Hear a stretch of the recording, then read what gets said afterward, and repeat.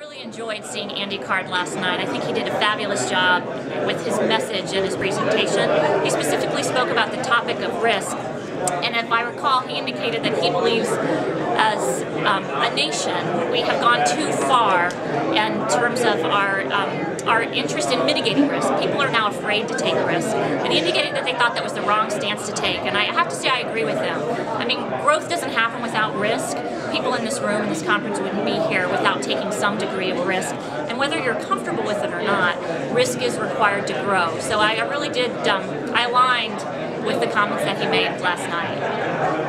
It was a very interesting talk given by Andy, and what he talked about is in the world that the risk spectrum is going so far one way that people aren't willing to take risk. Banks aren't willing to lend money.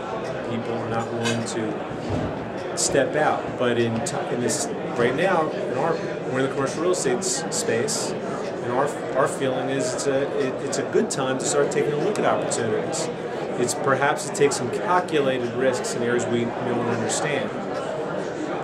The problem is we need to convince our lenders, our partners, our investors to take some of that risk with us. And that's a challenge in this environment.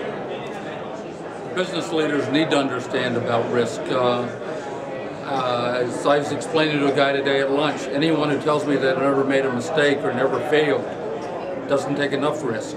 But what you do is you have to take calculated risk. You have to measure the odds, look at what the success is, and then try and take it. Everything has risk. Nothing is safe. Crossing the street is risk.